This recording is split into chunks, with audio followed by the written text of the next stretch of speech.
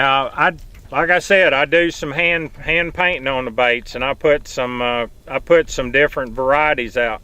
This is actually a Bandit 300 that I decided to paint a custom color. We call this one Kentucky Tiger.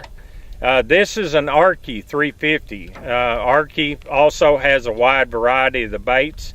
They make the bait in the 350 series, and they make it in the 220 series. You can see the difference, and these baits there again will have a different application. I like to run these little 220s behind the planer boards. I like to run them on spinning tackle up around the bank in the springtime when the black crappie are up in spawning mode.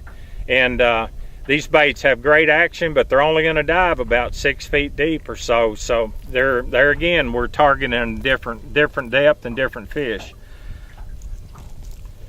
Now these are some baits that I painted, and there again, this is a 549, and I am not sure on this one, but it is a very shallow runner. You can see from the bill. This bait, I would use it if I'm pushing off the front of the boat, like we're pushing baits behind like a 2-ounce weight.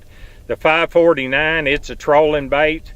This bait is going to run, it's probably going to max out about 10 to 12 feet.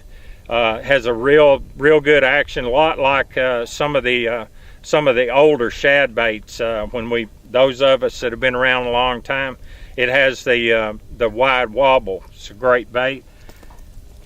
Here again, different application, different bait. This is a very shallow runner that I would use there again, either behind a planer board running shallow water, or if I'm running spinning tackle and trolling up close to the bank.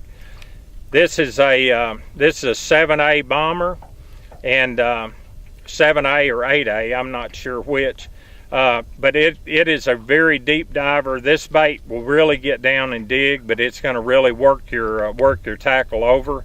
This bait is probably similar to the C55. It's probably going to get down there around 18 feet.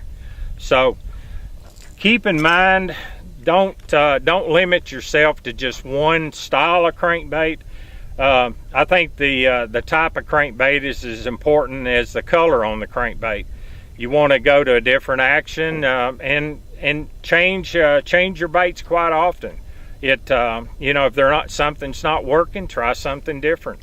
Last weekend, our normal ledges weren't working. We moved up into 12 feet of water, started pulling medium runners, and we ended up with 23 keepers in 2 hours. So if you're willing to change, you'll be a better fisherman, be more successful. This is Captain Doug Wynn, Crappie Gills and More, wishing you great fishing. We'll see you later.